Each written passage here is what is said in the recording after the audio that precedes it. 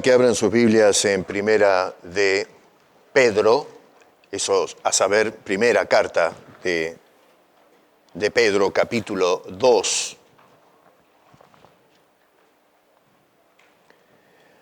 Vamos a continuar con la serie que comencé la semana anterior, que estoy titulando La dedicación cristiana. Verso 4 comienza, o continúa, debo decir, tal vez podemos leer capítulo 2, verso 1, ¿no? Porque, en fin, estoy pensando en lo que dicen los versos 4, pero 2 versos más no le va a hacer nada. Dice, desechando, verso 1, pues toda malicia, todo engaño, hipocresía, envidias y todas las detracciones, desead como niños recién nacidos la leche espiritual no adulterada, para que por ella crezcáis para salvación, si es que habéis gustado la benignidad del Señor. Acercándoos a Él, piedra viva, desechada ciertamente por los hombres, mas para Dios escogida y preciosa. Vosotros también, como piedras vivas, sed edificados como casa espiritual y sacerdocio santo, para ofrecer sacrificios espirituales aceptables a Dios por medio de Jesucristo. Por lo cual también contiene la Escritura: He aquí pongo en Sión la principal piedra del ángulo, escogida, preciosa, y el que creyere en él no será avergonzado. Para vosotros, pues, los que creéis, él es precioso. Pero para los que no creen, la piedra que los edificadores desecharon ha venido a ser cabeza del ángulo y piedra de tropiezo y roca que hace caer.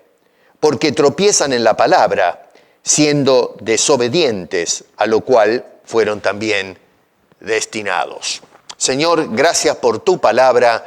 Te rogamos, como siempre, que la bendigas, por favor, ahora a nuestros corazones y que tu Espíritu Santo nos ayude a entender esto que has inspirado de escribir al apóstol Pedro. Te lo pedimos en el nombre de Cristo Jesús. Amén. La iglesia dedicada. ¿Qué es la iglesia? ¿Qué es una iglesia?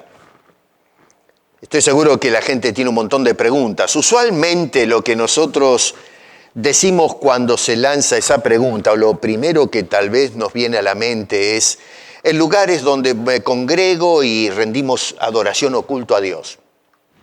En líneas generales. Y bueno, cuando vamos por la calle, por ejemplo, y vemos un edificio que tiene una cruz, decimos, eso es una iglesia. Así que la verdad es que la gente no sabe bien cómo responder qué es realmente una iglesia. El cuerpo de Cristo. Bueno, ¿qué es el cuerpo de Cristo? Así que necesitamos ver qué es lo que nos dice la Biblia acerca de lo que es la iglesia. Estuve escuchando a una persona de dar una explicación de lo que eso debería ser una iglesia, y cuando escuché a esta persona me quedé completamente consternado. Consternado. Una persona que supuestamente es un pastor de 20 años o y pico, una persona que prácticamente quiere dar cátedra, y yo estuve escuchando a esta persona y francamente me di cuenta que no tiene ni la menor idea de lo que es la iglesia. Y esos son nuestros pastores.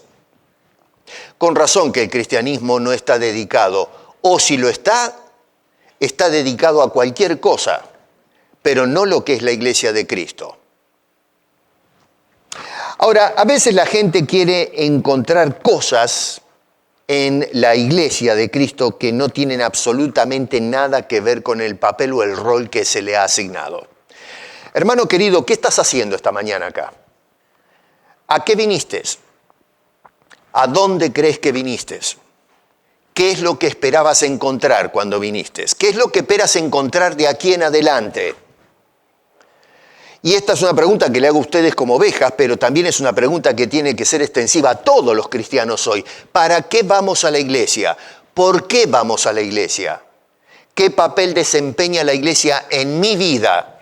¿Y qué papel desempeña la iglesia en la sociedad? Bueno, ¿saben una cosa? La gente responde a eso. No digo ustedes, porque, bueno, en fin, tendrán sus respuestas. Pero la iglesia es para cantar y salir contentos. Según los decibeles del ruido, determinan si vuelvo o no vuelvo a la iglesia. Depende qué tan entusiasta sea el predicador. Si el predicador me mueve las fibras, entonces eso me gusta. Ahora, cuando empiezan a decirnos lo que estamos haciendo mal, salimos disparando por la puerta principal o la que esté más cerca de nosotros. Esa es una realidad. En muchos casos las iglesias están vacías justamente por eso, porque cuando se denuncia lo que estamos haciendo mal, la gente sale corriendo. Y la razón es porque no quieren saber nada con la verdadera dedicación cristiana. Tenía razón el apóstol Pablo cuando decía que va a aparecer tiempo en que la gente va a tener comezón de oír, pero no lo que Dios tiene que decir al hombre, sino lo que nosotros quisiéramos que Dios nos diga. Acá el apóstol Pedro, noten qué interesante, me hubiese gustado que esta persona que me habló esta semana me hubiese citado algún pasaje bíblico y no citó ni siquiera uno. Pedro nos habla acá de cómo debemos dedicar la iglesia de Jesucristo. Y creo que Pedro sabía un par de cosas. No sé usted si coincide conmigo. A lo mejor piensa que Pedro era un bruto pescador que no sabía nada. ¿Qué me va a venir a enseñar Pedro a mí? No fue a ningún seminario, dirían. Bueno, yo creo que Pedro sabía un par de cosas. Y Pedro, otra vez movido por el Espíritu de Dios, mire bien lo que dice otra vez en el verso 5. Que la función primaria de la iglesia es, y hay 4 cosas fundamentales que ya tendría que ser tema de estudio para los que quieren definir qué es una iglesia. Número 1, es una casa espiritual. Mírelo ahí, Yo no me lo invento esto, Esto no es una teoría, una ideología, no, es Pedro diciendo, es una casa espiritual que tiene un propósito básico y central, y dice que es ofrecer sacrificios espirituales. No solamente eso, pero esos sacrificios tienen que ser aceptables a Dios. Número 3. Y número 4, por medio de Jesucristo, no por medio de el grupo de música, o el pastor, o el apóstol, el profeta, y todas las cosas que metemos ahora. Eso es lo que dice Pedro. No me interesa lo que diga cualquier hombre que interpreta otra cosa de la iglesia. Ahora, es interesante mirar el contexto, porque Pedro va a comenzar toda la carta esta en el capítulo 1 haciendo hincapié de cuál es nuestra identidad.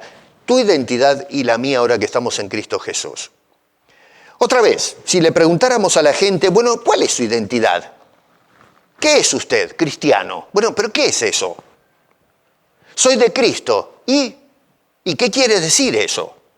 Porque eso se convirtió en un eslogan, pero no tenemos la menor idea por qué lanzamos esos términos. Soy cristiano, porque soy un seguidor de Cristo. ¿Y qué quiere decir eso?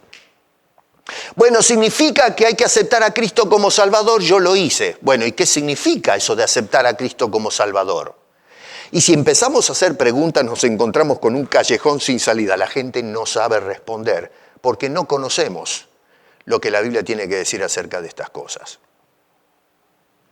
Noten ustedes que el apóstol Pedro acá hace hincapié justamente en nuestra identidad. Aquellos que, según el capítulo 2, verso 3, gustaron las benignidades del Señor. Pedro es claro. Y por ejemplo nos dice en el capítulo 1, verso 2, que somos elegidos según la presencia de Dios Padre en santificación del Espíritu. ¿Cuál es mi identidad? ¿Qué soy yo? Bueno, Pedro dice, eres un elegido, un escogido de Dios. Capítulo 2, verso 9, si te vas a la segunda parte, vuelve otra vez al mismo tema. En el verso 1 dice, en la primera parte, mas vosotros sois linaje escogido. ¿Queda claro el asunto? Yo creo que para mí queda claro. ¿Qué es lo que me está diciendo Pedro? ¿Cuál es mi identidad? ¿Qué soy yo? Bueno, eres un elegido. Lo repite 2 veces porque para Pedro es importante este asunto, que lo entendamos. Escogidos de Dios. Es muy interesante que la palabrita que utiliza acá el apóstol Pablo en los 2 versículos es exactamente la misma. En la traducción, una es elegidos, la otra es escogidos. Es lo mismo. La palabra griega es eklektos en los 2 versículos, así que es exactamente la misma idea. Así que noten ustedes que Pedro, para empezar, nos identifica a todos nosotros en el capítulo 2, verso 5, como piedras vivas. Ahora, ¿qué somos según el apóstol? No, hoy día estamos tremendamente preocupados por la identidad de la gente. La identidad de género, identidad étnica, identidad racial. Tenemos, nos agarró, nos picó el COVID nuevo, que nos tiene a todos consternados con este asunto de la identidad. Ahora, ¿qué somos realmente? Bueno, ahí te está diciendo el apóstol Pedro lo que somos, escogidos de Dios. Ahora, digo yo una cosa, como iglesia, ¿nos estamos comportando como escogidos de Dios? Eso para ir preparándonos.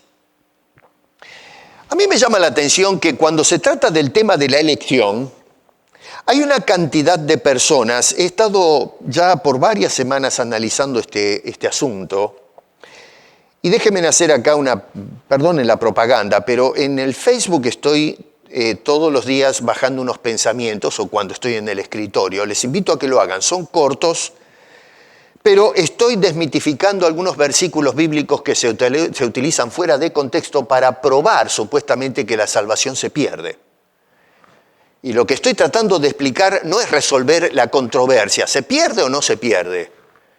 Lo que estoy tratando es de mostrar en unos minutos que los versículos que se están presentando para justificar que la salvación sí se pierde o se puede perder, están todos mal usados, completamente fuera de contexto. Y lo que hago allí es explicar el contexto para ver que estamos usando mal la Biblia. Cuando se trata del tema de la elección, lo que me llama la atención es que la gente lo que hace es venir y hacer una introducción al tema de la elección, trayendo primero nuestras preconcepciones. Es decir, yo tengo ya una idea de lo que es o debería ser la elección, y entonces después de traer todas esas ideas que son introductorias al tema, entonces, después de esa introducción ideológica o filosófica, encaro el tema de la elección y la interpreto en base a esa introducción. ¿Se dieron cuenta ustedes que Pedro lo que hace es no venir con una ideología o una idea acerca de la elección para introducirnos al tema, sino que introduce el tema de la elección? ¿Se dieron cuenta de eso? Él no anda con preámbulos para decir, bueno, ahora, después de haberles dado el preámbulo, les voy a hablar de la elección. No, señor, el preámbulo es la elección. Este hombre no viene con su mochila de ideas, que por cierto como judío las habrá tenido, pero ahora viene movido por el Espíritu de Dios y dice, somos gente elegida. Ahora, noten que por lo menos hay 3 cosas en esa declaración del versículo 1, cuando 2, digo 1 porque en el original en realidad elección aparece en el verso 1, eso es para los que estudian un poco más a fondo, ¿no? Pero aparece en la traducción en el verso 2, no está mal, está bien. Pero nos dice entonces, ¿qué eres tú? ¿Qué soy yo? ¿Qué somos nosotros? Somos escogidos de Dios. ¿Qué te parece? No somos cualquier cosa. Segundo, ¿cuál es el propósito que Dios te haya escogido? Porque, a ver, nosotros podemos ir por ahí y escoger algo, pero ¿y por qué lo escogí? No sé, qué sé yo, me gustó. Pero Dios no trabaja en esa forma. Dice este hombre que nos escogió para obedecer al Señor. Así que el propósito de la elección es obediencia. Esto, hermano, nos tiene que llevar a todos y cada uno de nosotros a considerar si estamos o no cumpliendo con el propósito de Dios, el propósito para el cual Dios te ha escogido. A ver si lo pongo de esa manera. ¿Estás entrando en ese cuadro? ¿Estás entrando en ese molde? Dios te escogió para que tu vida tenga un propósito, y ese propósito es, primero que todo, es obedecer a Dios. La iglesia hoy no está obedeciendo a Dios. Nosotros somos un pueblo desobediente en todo el amplio sentido de la palabra. Es duro lo que estoy diciendo, pero es la verdad. Es la pura verdad. Segundo, para participar, dice allí, de los beneficios de Jesucristo. Mira bien lo que dice este hombre, para obedecer y ser rociados con la sangre de Jesucristo. Es decir, todo lo que implica el sacrificio de Cristo para nuestra salvación, que tiene que ver con la justificación y todo lo demás, ¿no? Eso me sacaría de tema, pero básicamente está indicando Pedro que el sacrificio de Cristo nos benefició a cada uno de nosotros. No solamente dice que somos escogidos o elegidos, pero número 2, fíjense en la amplitud de lo que hizo el Señor. Número 2, somos renacidos. En otras palabras, somos personas vivificadas. Versículo 3 dice, bendito y el Padre de nuestro Señor Jesucristo, en la segunda parte dice que nos hizo renacer. Nos hizo nacer otra vez. Eso quiere decir la palabra renacer. Has sido vivificado. El apóstol Pablo, cuando escribe a los Efesios, dice que estábamos muertos antes de conocer a Cristo en nuestros delitos y pecados. Y ahora en Cristo fuimos levantados de esa muerte. Hemos sido vivificados. Y otra vez toma nota como el apóstol Pedro subraya el propósito de Dios. Así como Dios tuvo un propósito al habernos elegidos, también tiene un propósito al habernos hecho renacer. Dice allí, para una esperanza viva por la resurrección de nuestro Señor Jesucristo. Número 3, somos guardados. Capítulo 1, versículo 5, por el poder de Dios mediante la fe. Y otra vez, acá habla de preservación. Vivificación, preservación, y dice otra vez, propósito, para alcanzar la salvación. No quiere decir, cuidado con esto, porque algunos usan esto para decir, bueno, entonces todavía la salvación está en un proceso. Sí y no, ya somos salvos, pero Dios está trabajando y tenemos promesas. La salvación comenzó desde el punto de vista forense, pero todavía nuestros cuerpos tienen que ser transformados o glorificados, en términos bíblicos, y tenemos que entrar a la presencia del Señor. Hoy estamos en su presencia, pero eventualmente vamos a estar glorificados en la presencia de Dios. O sea que todavía hay cosas que se van a hacer en cuanto a la salvación que nos otorgó el Señor. A eso apunta el apóstol Pedro. Por eso dice, es nuestra esperanza. Número 4, somos probados. Aquí habla de capacitación.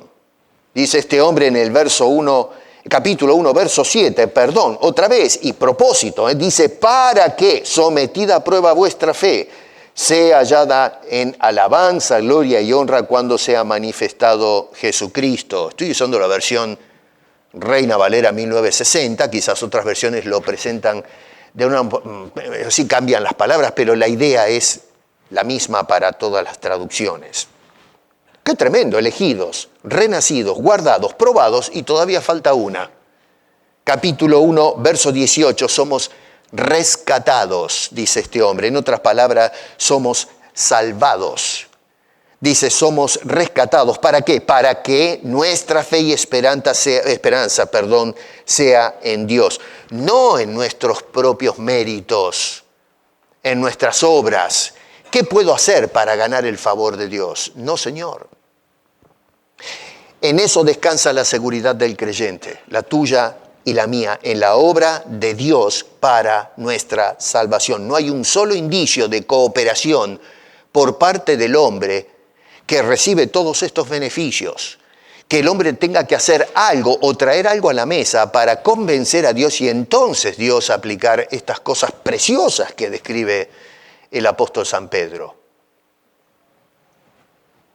Noten entonces que Dios te otorgó una identidad con propósito.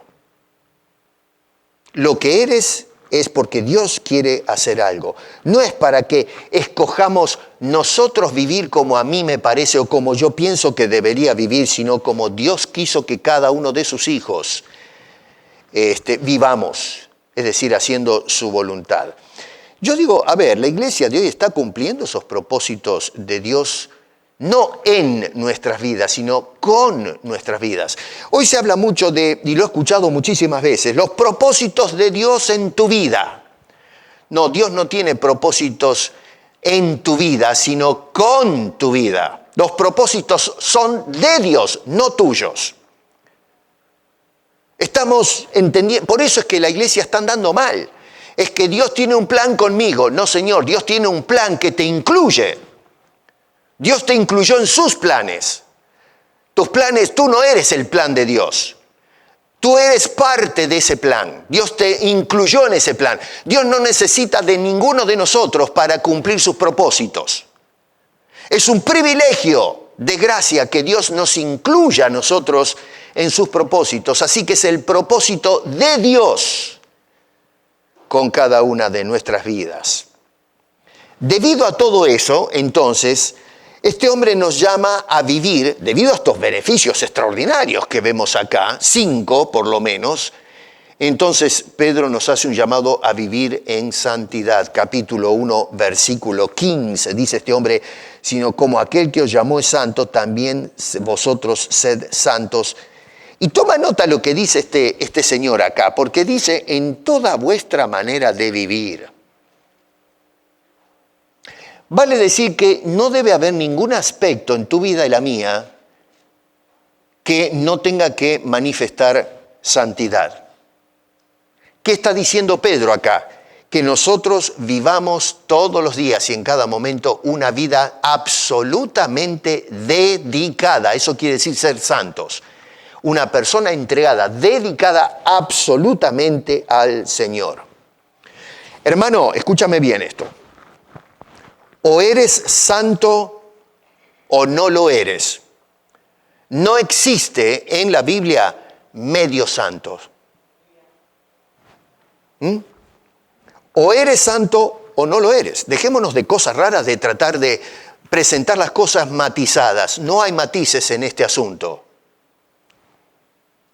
Hoy estamos tratando de ver cómo borramos las líneas, ¿no es cierto? Y entonces tratamos de, bueno, la santidad, no hay que ser tan exagerado, no hay que ser tan fariseo en este asunto. Bueno, entonces la Biblia es farisea, porque la Biblia no nos dice que existe medios santos. O eres o no eres. Ahora, ¿por qué razón? ¿Por qué tengo que ser santo en toda mi manera de vivir? ¿Porque me lo pide la iglesia local? ¿Porque me lo dice el pastor desde el púlpito? ¿O un concilio de iglesias demandan que tenemos que vivir en santidad en todo sentido de la palabra? No, Señor, no.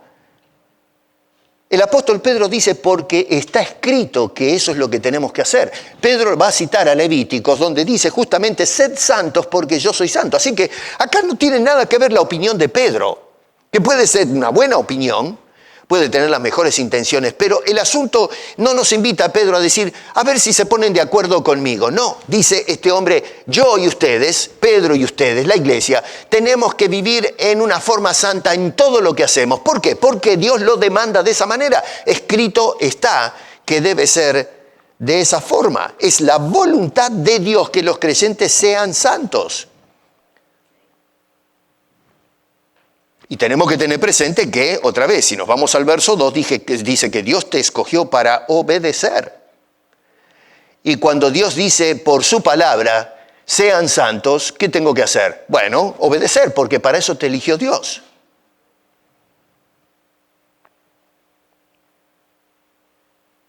Esa es nuestra verdadera identidad, hermano. Somos escogidos, además de los otros beneficios, para obedecer a Dios y ser santos.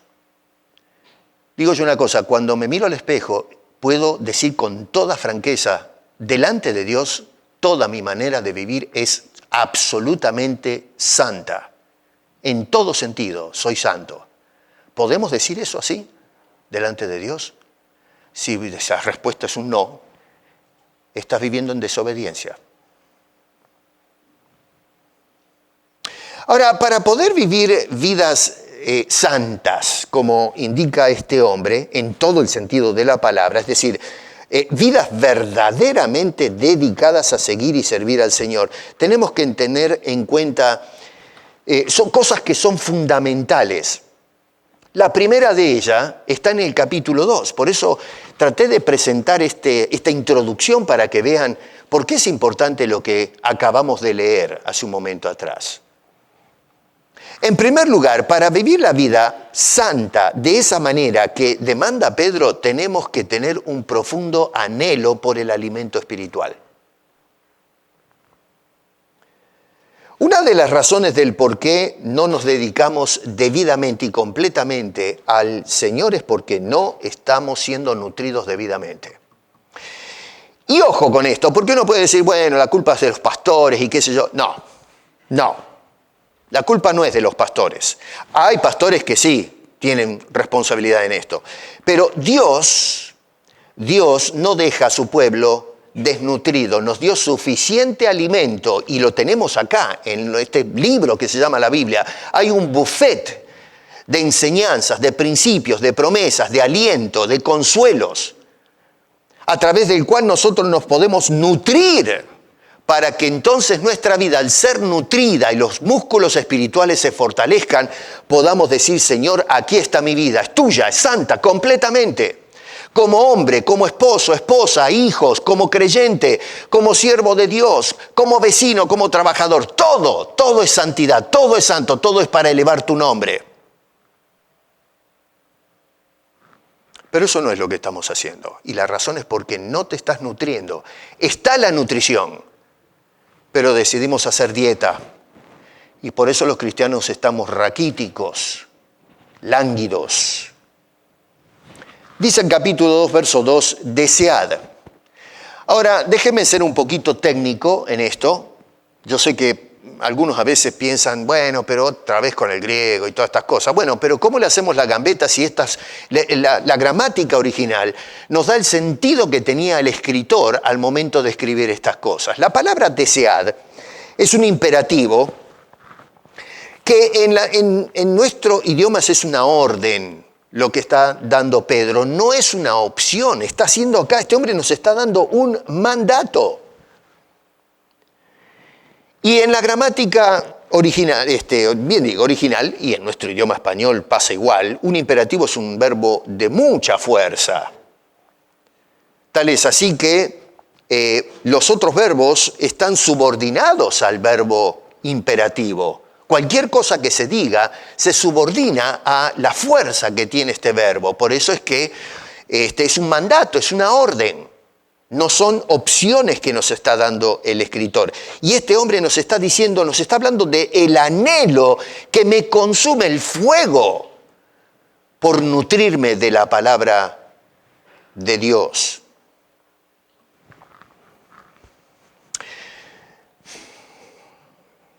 Estaba debatiendo ahí cuando estaba sentado si debo decir esto. Hoy es el Día de la Madre, ¿right? No, Señor. Hoy es el Día del Señor. No es el Día de la Madre. Es un día que en el calendario sí se metió, en el calendario más por fines económicos o comerciales que otra cosa. No creo que hoy la sociedad esté pensando en honrar a las mamás, los programas de televisión, no. Las propagandas, compra las flores, el anillo de oro con diamante y qué sé yo cuántas cosas, es para sacarle la plata. No les interesa un pepino a las madres. Lo que le interesa es que usted traiga la plata y le lleve el regalito a la madre para llenarle los bolsillos a las compañías que hacen plata con esta fecha. Sería interesante que digan, vaya y dele un beso a su mamá, pero usted no va a ver en la propaganda de televisión que vaya y dele un beso esta mañana, dígale gracias. No, tal vez gracias con un anillo de diamante. Así que vamos, señores, despertémonos del sueño, las ilusiones. No es el Día de las Madres, es el Día del Señor. Y saben una cosa, las sillas están vacías, no acá, sino en muchas iglesias, porque llevamos a mamá a comer. Bueno, ¿sabes una cosa? Tienes todo el asunto dado vuelta. Porque tú vas a honrar a tu mamá o a tu esposa poniendo a Dios primero.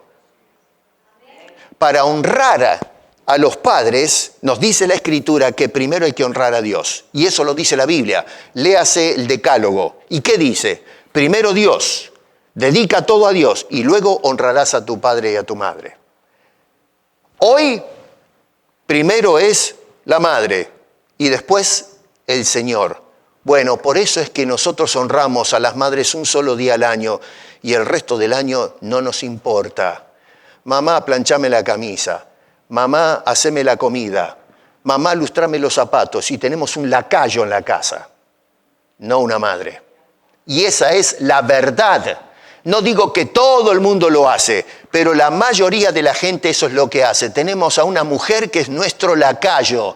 ¿Qué me vienen con Días de la Madre? Pero por favor, el Día de la Madre sería todo el año si realmente sentimos eso en el corazón. Pero ¿saben por qué torcemos las cosas? Porque sacamos el Día del Señor para poner un día de otra cosa que no tiene nada que ver con lo que deberían asociarse los cristianos. ¿Duele eso? Y sí, claro, a mí no me gusta que me digan eso. Pero es la verdad. Es la pura verdad. Felicito a las madres, pero honramos a las madres porque primero honramos a Dios, que honró a las madres. Y cuando honramos a Dios vamos a estar en condición de honrar como Dios quiere a las madres.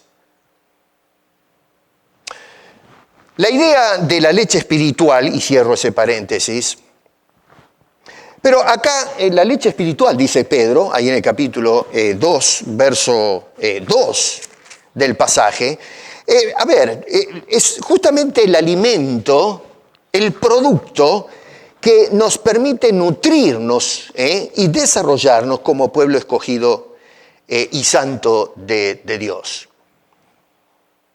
Este hombre cuando habla de la leche espiritual está hablando de la palabra de Dios.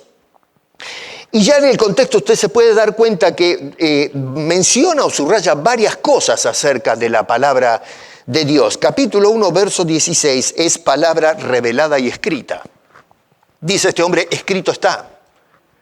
Así que Dios no se quedó en el silencio, Dios nos habló.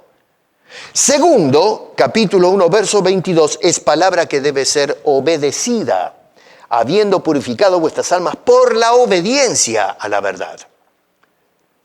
Número 3, versículo 23 y 25, es palabra permanente, que vive y permanece. Dice el verso 23, siendo renacidos no de simiente corruptible, sino de incorruptible, por la palabra de Dios que vive y permanece para siempre. Tres cosas, vive, permanece para siempre. Razón tenía Jesús cuando decía, ni un punto ni una jota va a pasar de la palabra. Verso 25 dice, mas la palabra del Señor permanece para siempre. Así que una palabra escrita y revelada, palabra que debe ser obedecida, palabra permanente. Y número 4, si nos vamos más adelante a la carta, capítulo 4, verso 11, es palabra que debe ser predicada. Dice este hombre, si alguno habla, hable conforme ¿a qué? A las palabras de Dios. Ahora, ¿con qué actitud debemos nosotros anhelar o asimilar esa palabra? Bueno, dice en el versículo, note que verso 2 en la segunda parte tiene que ser no adulterada, no rebajada o diluida como se hace en la actualidad. Hoy lo que hacemos es sencillamente bajarle unos decibeles a la palabra de Dios. El tema del pecado, eso no se toca. Ahora decimos son enfermedades que tiene la gente. Ya no se dice es pecado. Estaba escuchando unas estadísticas de personas que están diciendo ahora por cómo en la iglesia se están dando embarazos prematuros, mujeres que tienen hijos y no tienen marido. abortos dentro de la iglesia y entonces tenemos que ver cómo armamos ministerios en la iglesia para atender a esta gente. Planes sociales. Y yo escuchaba esto y digo, qué obtusos que son. No estoy diciendo que no tenemos que tener programas, pero ¿cuál es el problema de que se están dando estas cosas? ¿Por qué hay mujeres embarazadas en forma prematura? ¿Por qué hay mujeres que tienen hijos fuera del matrimonio? ¿Por qué los hombres embarazan a una chica y se mandan a mudar, se escapan? En la iglesia, a mí no me interesa lo que hacen en el mundo. En el mundo ya sabemos que está todo dado vuelta. Pero acá adentro, en la iglesia de Cristo, el nivel de divorcios es escandaloso. Abortos en el pueblo de Cristo. ¿Por qué tenemos este problema en la iglesia? Porque estamos pecando, señores. Y porque no le estamos diciendo a la gente que eso es pecado. No, eso no hay que decirlo porque la gente se ofende. Bueno, mi querido, pero no me vengas con las estadísticas. No llores entonces.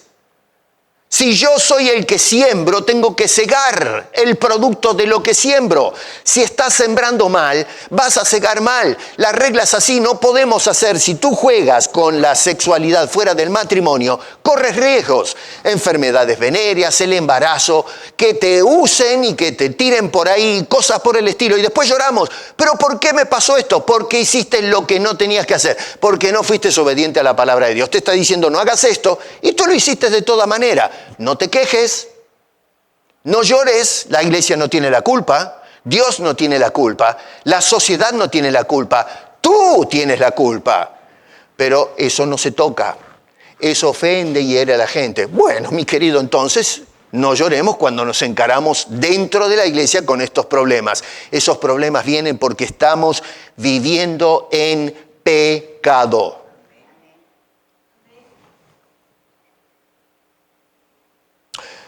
Nos dice este hombre, a ver, el fenómeno en cuanto a la adulteración de la palabra de Dios, yo me escandalizo, a veces le digo a mi señora, estoy pero trastornado ya de ver la mugre que se predica desde la iglesia. Estábamos riéndonos con mi señora porque le estaba contando de alguien que nos dijo que hay que enseñar en la iglesia teología del feminismo.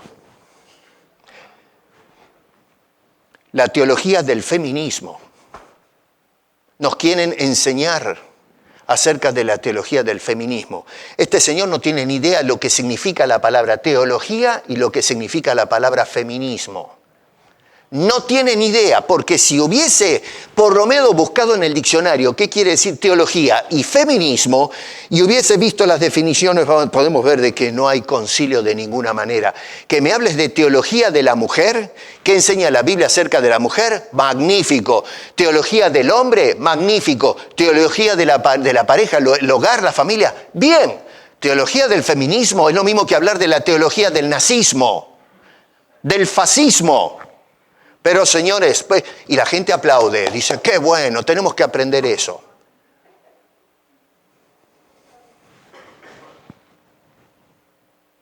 Una palabra no adulterada, uno con malas actitudes.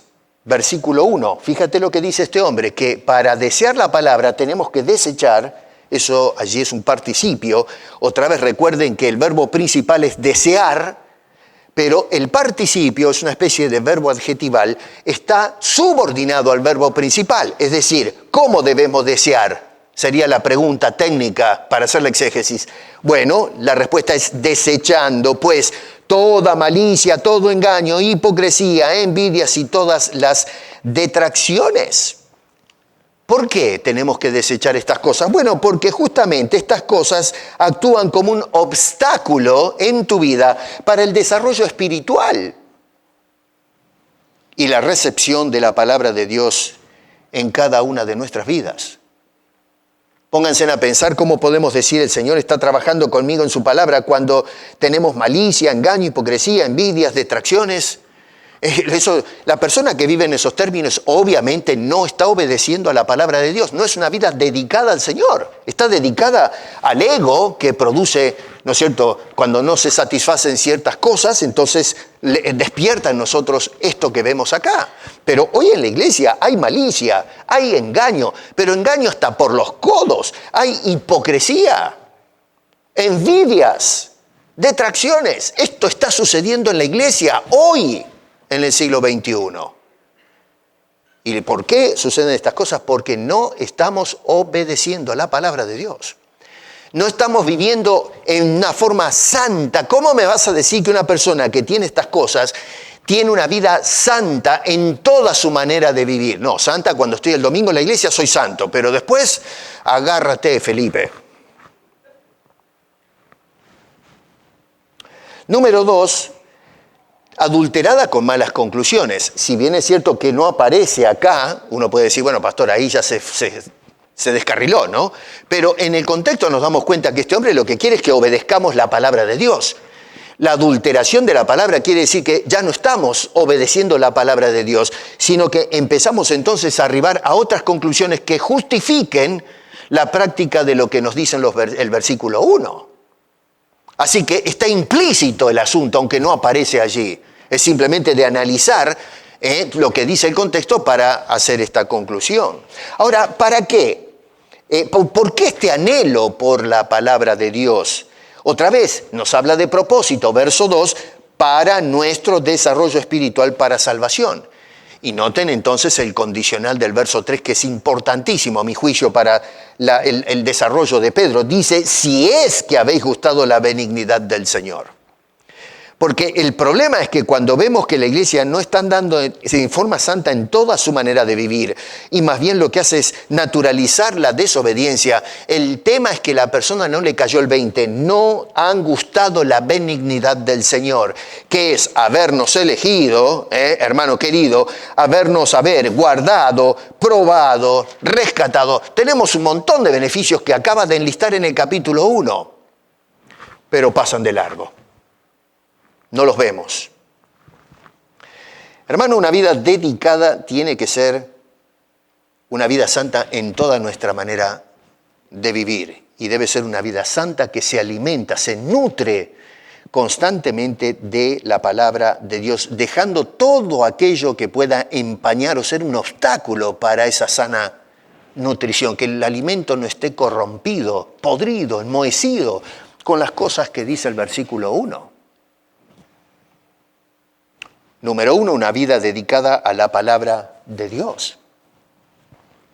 Pero dicha dedicación entonces a esa palabra de Dios que menciona este hombre, debe tomar en cuenta también esto que es de vital importancia. No solo debemos desechar lo malo, sino debemos acercarnos al Señor.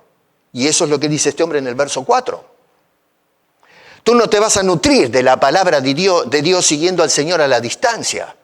Una vida dedicada significa una vida que se acerca constantemente al Señor. La iglesia hoy, ya lo ven, miren a sus costados. Esto tendría que estar reventando hoy.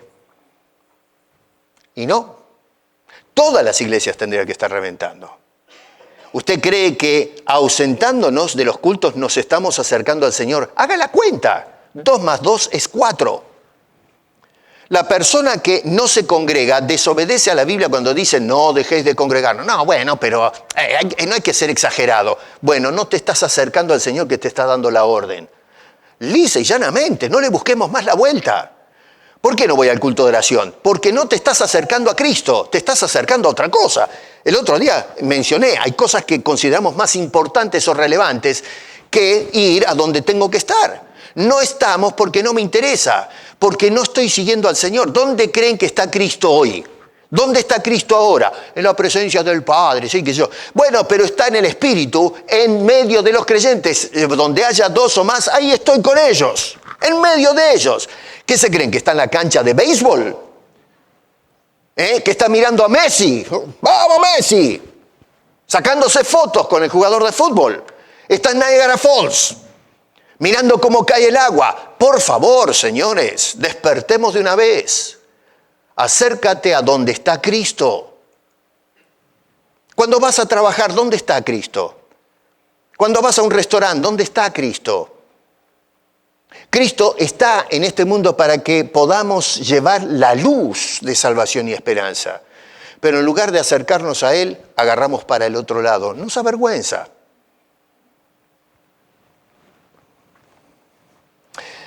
Dice este hombre, tenemos, verso 2, desead la leche espiritual no adulterada, verso 4, acercándoos al Señor. Una vida, en otras palabras, dedicada completamente al Señor. O sea, no solamente se habla acá, tomando en cuenta el contexto, de una vida dedicada a la palabra del Señor, sino una vida dedicada al Señor de la palabra.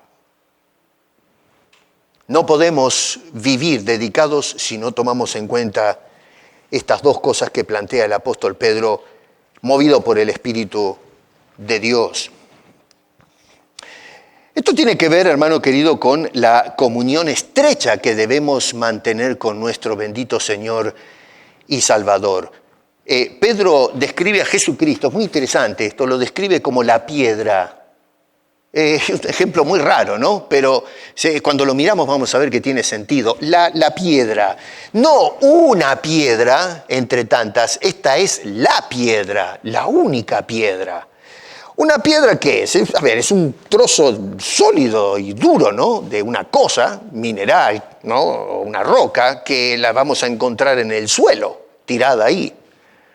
A veces está afuera, a flor de suelo, a veces está media enterrada o a veces está abajo. Bueno, abajo no la vemos. Pedro creo que está hablando de la piedra que se puede ver, que nos puede hacer tropezar o cosas por el estilo.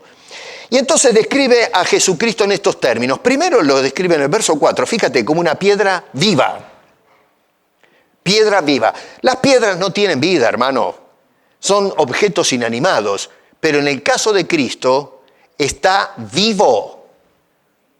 Cristo está vivo. Ahora, la gente, y gracias a Dios por el amén, pero a veces el cristianismo de hoy vive adorando a un Cristo que está allá. Cuando adoramos levantamos la mano y no quiero decir que no lo haga, pero a veces somos mecánicos y veo que la gente adora y levanta las manos porque allá está. A ver si lo alcanzo. Tengo que elevarme. No, mi querido, Dios descendió porque no podemos elevarnos. Si el hombre pudiese elevarse y tocar las manos de Dios o los dedos de Dios, Dios nunca hubiese mandado a Cristo a morir en la cruz, no hubiese asumido forma humana. El Dios con nosotros, no tú con Dios. Dios no necesita que levantes tu mano para tocar su gracia. Dios descendió sus manos para tocarte a ti con su gracia. Pero somos tan obtusos que no lo vemos. Yo necesito levantarme para que Dios me vea y tocar a Dios en los cielos. No, Señor. Eso es porque tienes una manera obtusa de mirar las Escrituras. ¿Qué dije la semana pasada?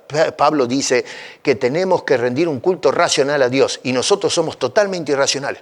Te toco, Señor, te toco. Levanten las manos. Levante las manos al Señor. ¿Y qué? ¿Eres más espiritual porque levantas las manos?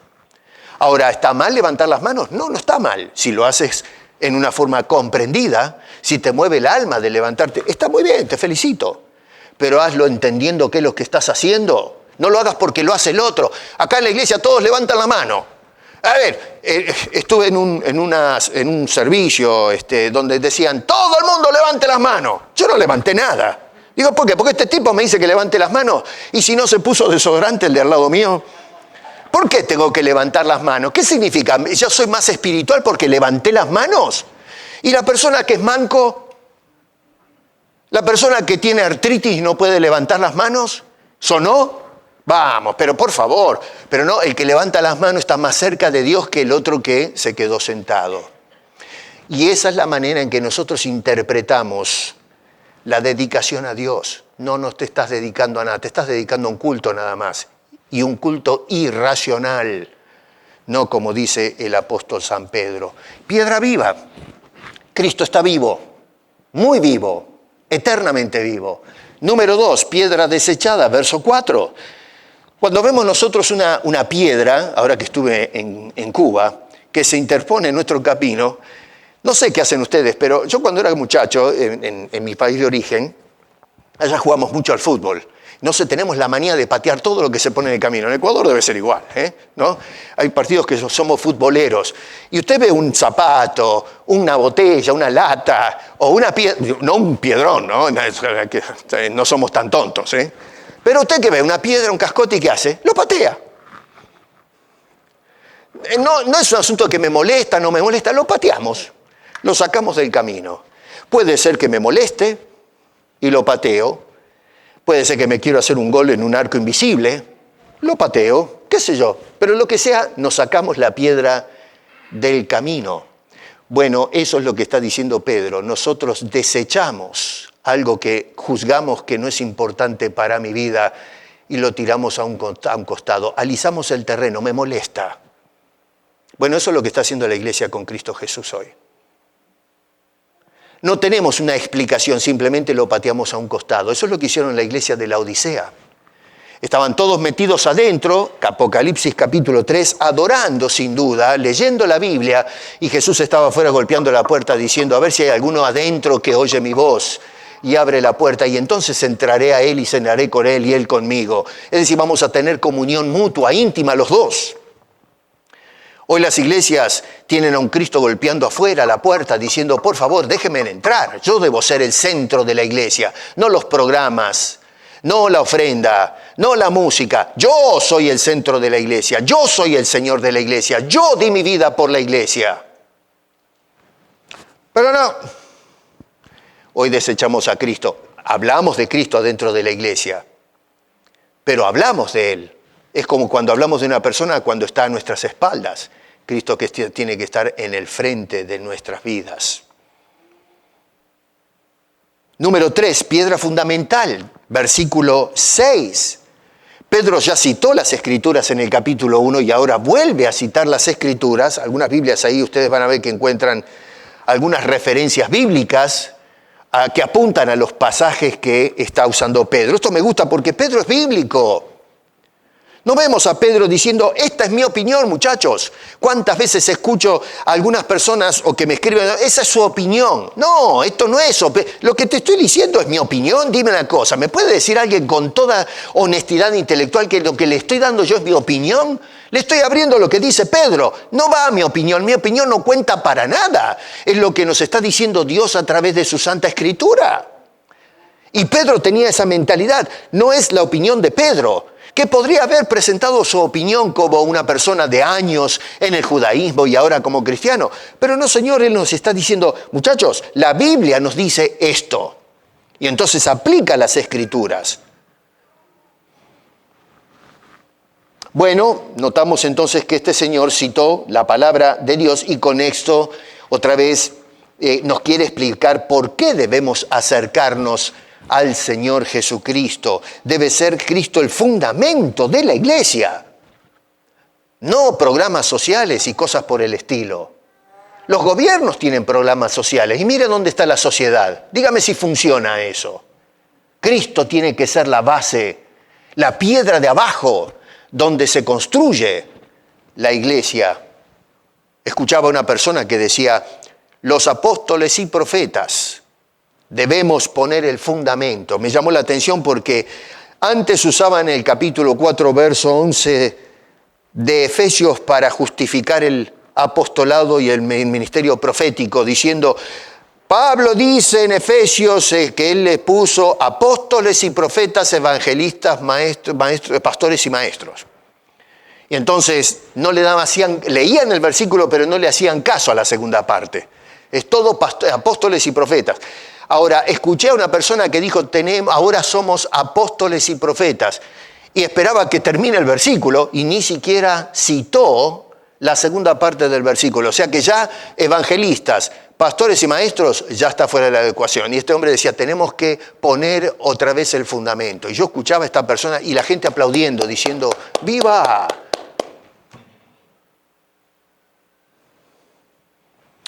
Cristo perdió, le robamos la centralidad. lo desechamos, ya no es el fundamento de la iglesia contemporánea. Y luego, punto 4 es piedra de tropiezo, verso 8. Acá es donde tropieza hoy la gente. Dice piedra de tropiezo y roca que hace caer. ¿Por qué, Pedro? ¿Por qué? Bueno, ahí te lo está explicando. Dice, porque tropiezan en la palabra, nos vuelve para atrás. Contexto. Uno puede agarrar y decir, bueno, lo que quiso decir Pedro con la palabra, me parece que es esto. No le des vuelta. Está en el contexto, ya te lo dije, cómo este hombre presenta la palabra. Hay 4 aspectos que está describiendo, por lo menos, y que debemos nutrirnos de esa palabra. Así que no hay que buscarle la vuelta, la quinta pata al gato. Ahí está el asunto. Y tropezamos justamente porque no le hacemos caso a la palabra de Dios. Dice, sino siendo desobedientes a lo cual fueron destinados. Sí, el problema acá es desobediencia, no vidas dedicadas al Señor. ¿A quién le escribe Pedro? A la iglesia. No le está escribiendo a los elegidos, no le está escribiendo a la gente del mundo. Pedro ya sabe que el mundo es desobediente. Pero el tema es con la iglesia.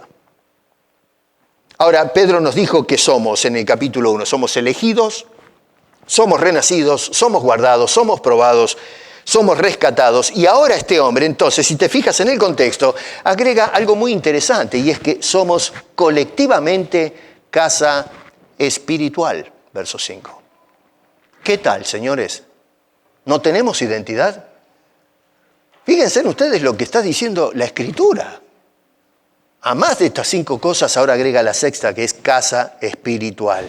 Y ojo, todavía es obra de Dios, no porque nosotros nos convertimos en una casa espiritual. Eso es obra de la gracia soberana de Dios. Como estamos vinculados a esa piedra viva, que es Jesucristo, en el verso 4, ahora nosotros compartimos la misma realidad. No naturaleza, sino la realidad. Estamos vivos también nosotros. Vivos en Cristo Jesús. Somos también piedras vivas con las cuales Dios edifica la iglesia donde Él hace morada. Por eso es importante tu dedicación para la edificación de la iglesia. Tu ausencia es un problema. Tienes que estar presente. Y no solamente presente los domingos, presente todos los días. Santos en toda nuestra manera de vivir, porque de esa manera estamos mostrando al mundo lo que es no un local que tiene una cruz afuera, sino lo que es la iglesia de Cristo en el mundo, en la sociedad. Si queremos cambiar al mundo, no inventes programas, simplemente sal y muéstrate para que resplandezca la luz de nuestro bendito y soberano Señor y Salvador. Y de esa manera podamos mostrarle lo que sucede cuando la gente viene a Cristo y transforma sus vidas. Y eso da testimonio al mundo y a la sociedad, que es un testimonio transformante.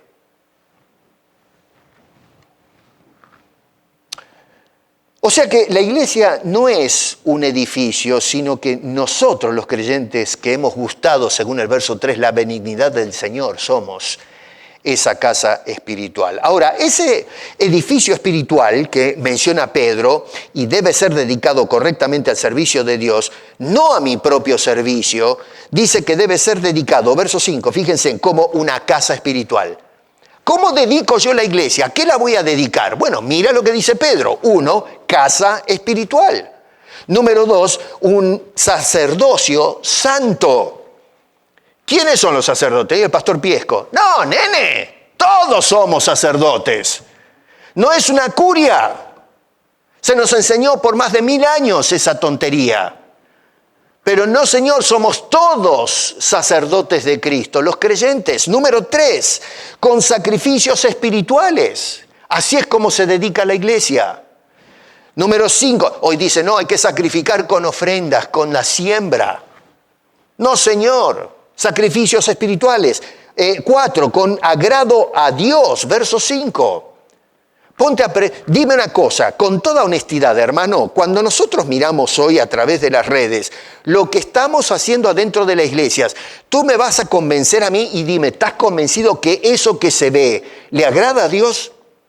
Cuando nosotros miramos algo y decimos, y no me gusta, teniendo el Espíritu Santo, ¿no crees que es Dios el que te está diciendo, no me gusta?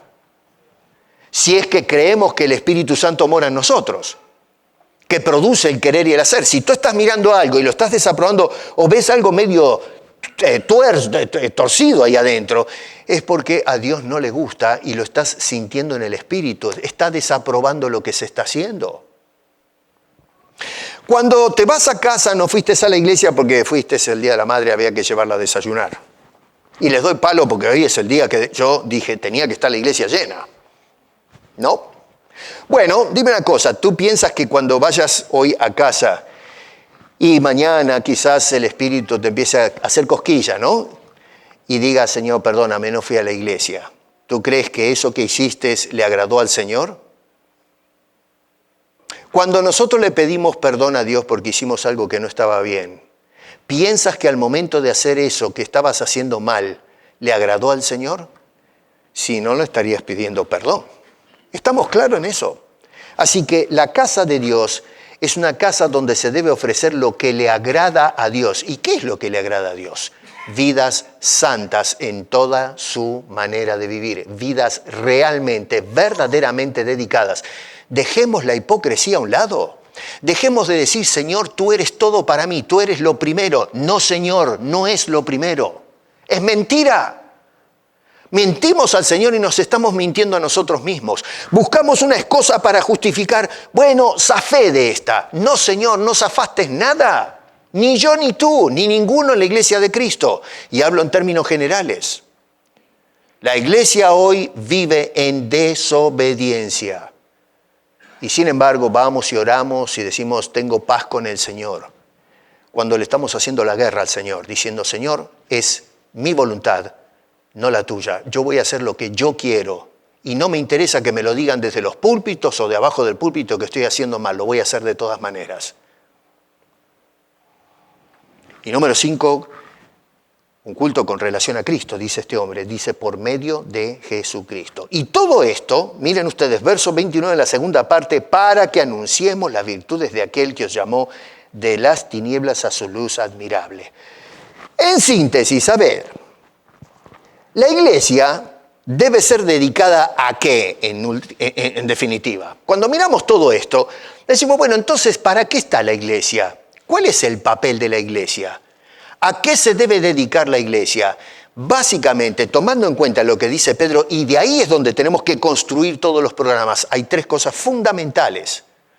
Número 1, verso 5, la iglesia tiene que ser para, o debe ser dedicada para la edificación. Verso 5.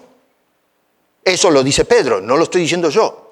Número 2, verso 5, la última parte, para la adoración. Y número 3, verso 9 en la segunda parte, para la predicación o proclamación. Dice, para que anunciemos las virtudes de aquel que nos llamó de su luz admirable. ¿Se dan cuenta que Pedro la tenía clara? Hoy nosotros no la tenemos clara. Hoy escuché a una persona decir, esto de decir, no, la edificación, la adoración, la proclamación, eso les mintieron, no es así. Y esto es un pastor de 20 años que viene a darnos consejos y dice, no, esto no es así. Ah, bueno, entonces Pedro está equivocado, este señor es el fenómeno, el apóstol que vino a iluminarnos. Tuvimos los últimos 2000 años, estábamos pegando al travesaño, pero no metimos un gol para el Señor. No, Pedro tenía razón, hermano. Esas son las funciones fundamentales de la iglesia: edificación, adoración, proclamación. La dedicación cristiana implica estas cosas, hermano. Desear la nutrición por la palabra de Dios, tenemos que desear el meternos en las Escrituras, desechando lo que complica esa nutrición, dice el verso 1. Y en segundo lugar, tenemos que acercarnos al Señor de una vez por todas. Dejemos las excusas a un lado. Cada vez que hacemos algo que sabemos que no debemos hacer, te estás alejando del Señor. Jamás el Señor va a decir, eso que estás haciendo está bien, te felicito. No vienes a la iglesia, el Señor te va a decir, te felicito, hiciste bien. No, era el día de la madre, me tenía que ir a llevar a mamá a desayunar. El Señor te diría, no, el que pone primero padre o madre y no me sigue a mí, está patinando. Tal vez el Señor te diga, llévala a cenar, pero no dejes de congregarte, ese es mi mandato. No me interesa el mandato. Me interesa hacer lo que se me da la gana. Ahora, ¿yo estoy acá para darte un latigazo y decir vas a hacer lo que yo te digo? No. Yo te estoy diciendo lo que nos dice a ti y a mí las Escrituras. Ahora tú ve lo que haces. Allá tú. Yo esta semana cuando leí esto dije, Señor, perdóname y ayúdame a acercarme a hacer tu voluntad. Ahora tú verás lo que haces, hermano. Esa es tu responsabilidad, no es mi culpa. Es que el pastor no nos enseña esto. Mentira, terminemos con ese cuento de echarle la culpa a los otros y de una vez por todas dediquemos nuestras vidas, nuestras familias, nuestros matrimonios, nuestros hijos, la iglesia, dediquemos de una vez, dejémonos de mentir, dejémonos de ser hipócritas y empecemos a dedicarnos realmente la iglesia de Cristo al Señor como corresponde. Pedro entonces nos hace un llamado a acercarnos al Señor y quiero terminar con las palabras de Martín Lutero porque ya creo que están haciendo una comida abajo. Que a mí me llamó la atención esto, tocó mi corazón. Lutero dijo esto, hermano, preferiría que predicaras en tu bodega o en un establo de cabras la pura palabra de Dios que en la iglesia lo que a ti se te antoje o inventes. Lo aplaudo puesto de pie. Lutero, que ya se murió hace 500 años, nos está hablando clarito hoy. El hombre que supuestamente inició la Reforma Protestante nos está diciendo, deja de predicar tonterías y predica la verdad. Predica como corresponde. Para predicar hay que nutrirse y hay que vivir vidas santas en todo el sentido amplio de la palabra, sincerarnos con Dios, dejar de mentir a Dios, dejar de mentirnos a nosotros mismos y dedicar nuestras vidas y la iglesia como corresponde. Una iglesia dedicada es una iglesia que edifica, que adora, que proclama. Eso es la iglesia de Cristo, no lo que nos están vendiendo hoy los vendehumos. Y es por eso que hoy la iglesia no va ni para atrás ni para adelante, porque no estamos dedicando bien la iglesia. La semana que viene vamos a hablar de la dedicación a la misión de la iglesia y luego vamos a hablar de la dedicación personal, porque todo esto al fin del cuento es un problema de dedicación personal y vamos a ver la vida de Abraham. Padre, te doy gracias en el nombre de Cristo te doy gracias que se han preservado las Escrituras porque me doy cuenta, Señor, que cuando cerramos la Biblia agarramos para cualquier lado y eso es lo que está pasando con la iglesia hoy. La dedicación cristiana deja mucho que desear porque no es dedicación. No estamos dedicados a ti, Señor, y las cosas del cielo. Estamos dedicados a nuestros intereses, nuestro trabajo, nuestras familias, nuestra distracción, cualquier cosa menos Cristo. Ayúdanos a acercarnos a ti, Señor, anhelando la palabra de Dios. Consume, Señor, nuestro celo adentro, que produzca en nosotros un ardor por buscar lo que tienes que decirnos y corregir toda la vista turbia que tenemos cuando se trata de las cosas del cielo. Y reencausa nuestras vidas a una vida dedicada como tú lo mandas. Perdona nuestro pecado, Señor, que es grande en estos días. Perdónanos en el nombre de Cristo Jesús. Amén.